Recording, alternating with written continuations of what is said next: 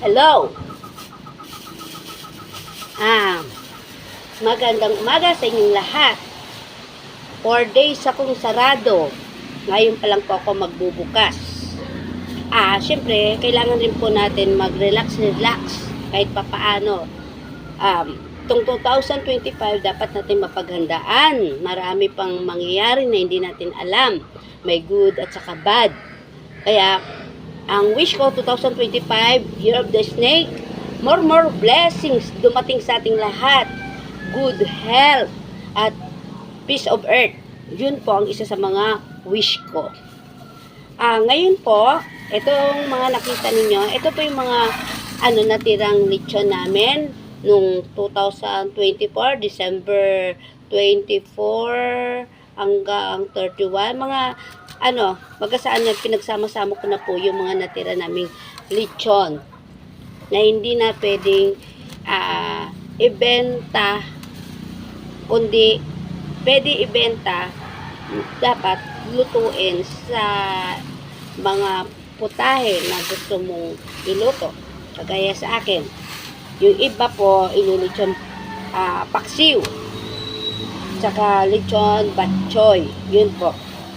Ito ang ulo. Yan, yung mga nakalas ko. Yan po ang ulo. Ito po yung mga paa. Yan. Rambol po to. Rambol. Baga sa yung mga mga ritaso, mga hindi napili, mga po to. Marami pong Rambol po talaga to. Pinagsama-sama ko ilang araw na may mga natitira. Pinagsama-sama ko na po sila para mailuto ko. Kaya mga guys, dapat tayo mag-diskarte. Kailangan ang diskarte sa buhay. Dapat magtiyaga, magtiis talaga tayo. Alam kong marami pang darating na mga pagsubok na dapat nating paghandaan. Alam ko malalagpasan din natin. Kagaya sa akin, baga sa taon din, bago ako magsakripisyo nito, sana ito wala nang dumating na pagsubok. Siguro, baka wala na siguro dahil naawa na rin yung Diyos sa akin. Kaya ito yung mga laman. Ililitsyon batchoy ko po to. Ito po. Yan yung mga laman. Tapos itong mga paa tsaka ulo, lechon paksiw na po to. Rambol po to. Kaya pumunta na po kayo dito at bumili ng aking mga lutuin.